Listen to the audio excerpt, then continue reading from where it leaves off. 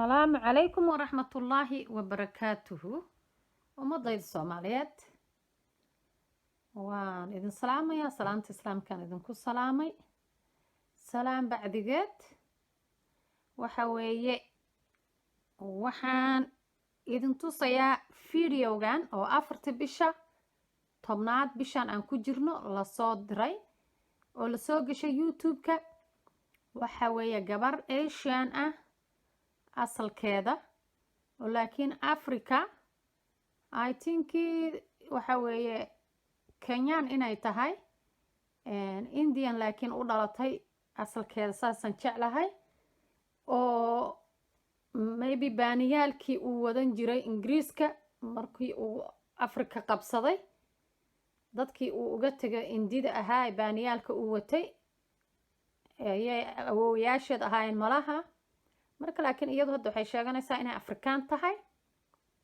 marka waxay ka hadlaysaa Afrika iyo xaaladda ay ku sugan tahay hadeer iyo waxa lala damacsan yahay iyo sababaha ay u imanayaan adduunka oo dhan oo ay faragelinta ugu hayaan ayay ka hadlaysaa runtii waa wixii aan idin kala hadli jiray alxamdulillah fiidiyogan inaan helay sababtoo ah waxa weeye aniga fiidiyadayda aan soo galiyo waxa weeye dadka badanaa ma daawadaan waxaan arkay dadka Soomaaliyeed inay interest siinaynin waxa wanaagsan in ay interest ku ahayn inay ogaadaan dhibaatooyinka wadankooda iyo dalkooda iyo dadkooda lala damacsan yahay in aan interest ku ahayn waxa Afrika laga damacsan yahay oo adduunka oo dhan uu ka damacsan yahay in waxa wanaagsan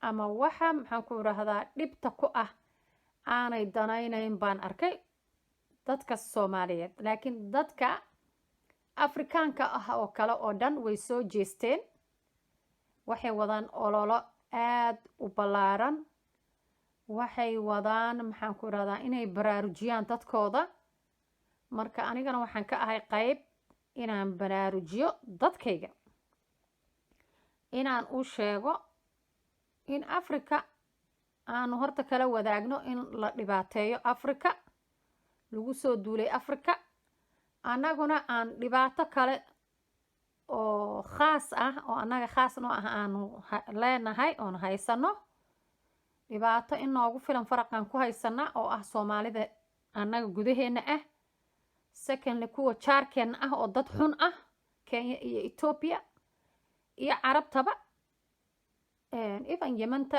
waxay nagu hayaan faragelin waa halkii hubka laga soo diri jiray laga soo galin jiray wadankeena waa halka ay nooga yimaadaan maxaan ku irahdaa badda nooga soo gudbaan kuwa xada kalluunkeena marka kale aan ka soo hadli doonaa laakiin waxaan arkay Soomaalida hadeer inaanay ku diireynba waxaas oo ayaga isu muuqdaan inta social media ku jirto ayaga isu jawaaba ayaga iscaaya ayaga isu muuqda intii gudihii ku jirtana waxay barayaan wax wanaagsan ma aha waxay barayaan waa nacayb qabyaalad caay facaa iska celi muran qaylo qararac maxaan ku irahdaa ishaq qaaqlayaal marka waxa weeye qaaqlayaasha social mediaha runtii waxa weeye aniga wax badan ayaan uga soo horjeedaa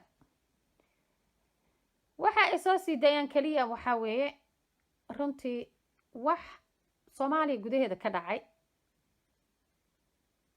iyo wax maxaan ku irahdaa ishaq dibadda ka dhaco warar ah iyo intaas kaliya soo siidaan is not enough intaas dadka iyagu waxay uga baahan yihiin baraarujin marka baraarujinta aan badino Soomaaliyeey waxa weeye gabadhaasna daawada hindiyada ah iyo Afrika sida duulaanku adduunka oo dhan ay ugu yihiin iyo Afrika inay tahay jannadii adduunka ee loo noqon doono adduunka oo dhan dhamina ku fekerayo adduunkoo dhammina ku fekerayo inay tagaan, inay xoogaan, inay xadaan, inay kala tilaaluushaan, inay isku diraan, inay evil nimo ay ugu socdaan. gumaysigii haddaa ma tegin, even gumaysigii carabtu ma tegin. ilaa Afrika carabna way gumaysatay. gumaysiga reer Yurub waxaa ka horeeyay gumaysigii carbeed. Afrika waxaa gumaystay gumaysi carbeed. secondly uu ahaa gumaysigii caddaanka ahaa. Kenya waa la socotaan, carab baa gumaysatay.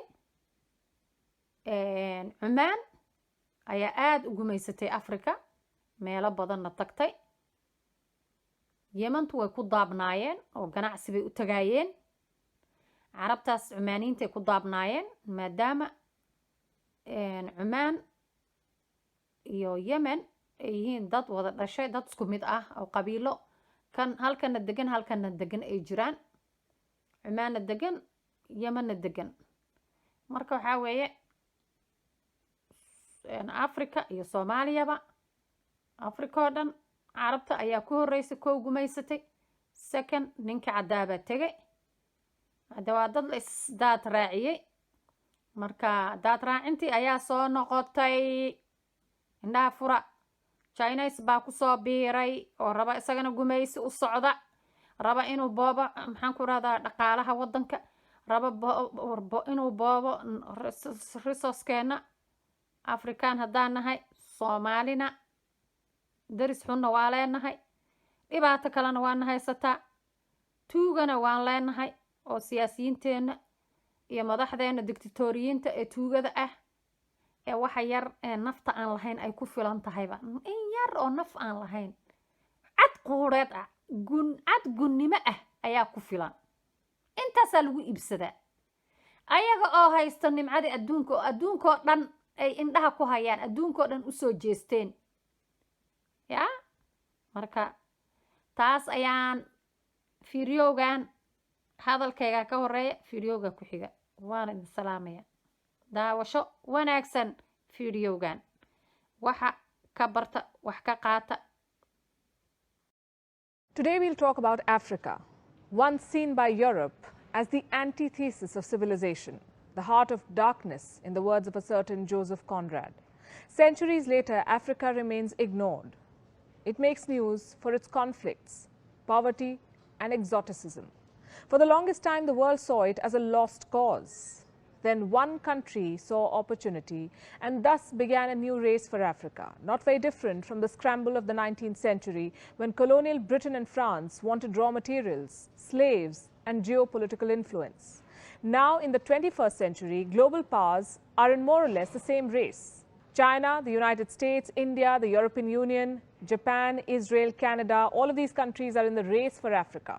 And one country is emerging as the clear winner. Hello and welcome to Gravitas Plus. I'm Palki Sharma Upadhyay, and this is Africa, a continent of 54 sovereign states, 17% of the world's population, 9.6% of the global oil output, 90% of the world's platinum supply, 90% of the world's cobalt supply, half of the world's gold supply, 2/3 of the world's manganese, 35% of the world's uranium, 75% of the world's coltan, and 54 votes in the United Nations General Assembly. This is what makes Africa so attractive and makes the continent a battleground for global powers.